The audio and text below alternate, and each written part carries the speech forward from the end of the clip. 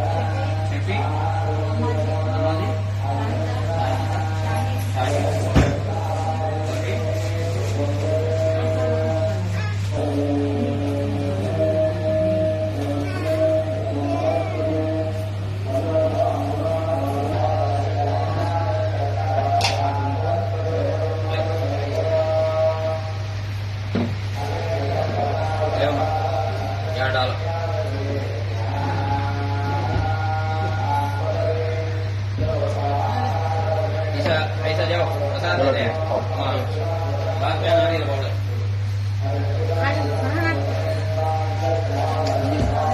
वहीं पर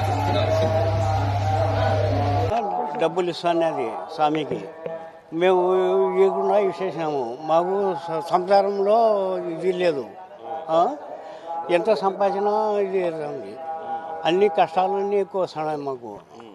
అందుకే క్షమించమని చెప్పి ఏడుకునేదానికి వచ్చినాను. ఎన్ని సంవత్సరాలు వస్తున్నారు మీరు? నేను ఈ సంవత్సరమే వచ్చింది.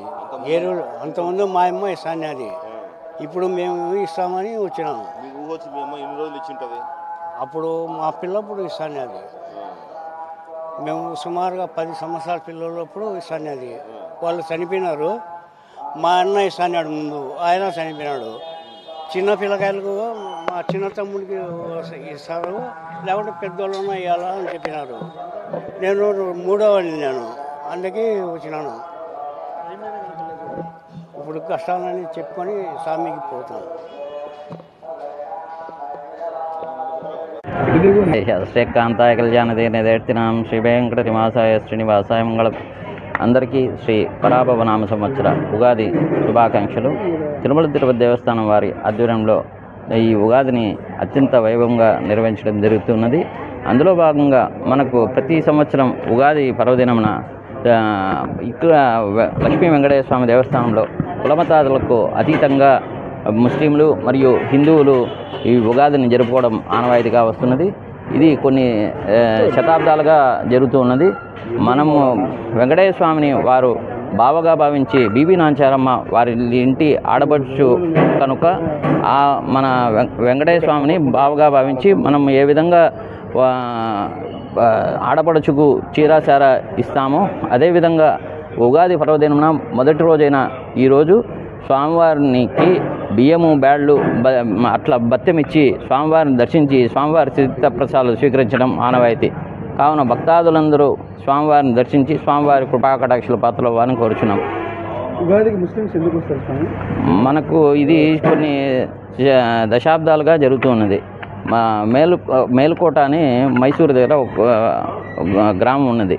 అక్కడ ముస్లిం రాజు దండయాత్రలో అక్కడ ఉండే నగలు అన్నీ తీసుకొని వెళ్తూ ఆ దేవస్థానంలో ఉన్న చెలువనారాయణ స్వామి అనే చెలువనారాయణ స్వామి వారిని కూడా తీసుకొని వెళ్తారు. ఆ రాజువారి కూతురే బీబీ నాచారం.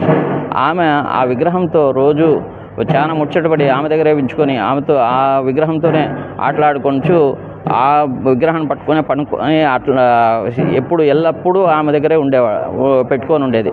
అదేవిధంగా ఆ రామానుజాచార్యులు దేశ పర్యటన చేస్తూ ఆ గ్రామానికి పోయి ఇక్కడ దేవస్థానం ఉన్నది, ఇక్కడ ఉత్సవర్లు కూడా ఉంటారు, ఎక్కడో ఉంది అనేసి విచారించగా ఆ రాజు దగ్గర ఉంది అని తెలుసుకొని ఆయన దగ్గరికి వెళ్ళి, స్వామి ఇట్లా దేవస్థానం ఉంది, అక్కడ విగ్రహం ఏమన్నా మీ దగ్గర ఉందేమో అని అంటే ఆయన భాండాగారానికి పంపించి మీ విగ్రహం ఏదన్నా ఉంటే తీసుకొని వెళ్ళండి అంటారు.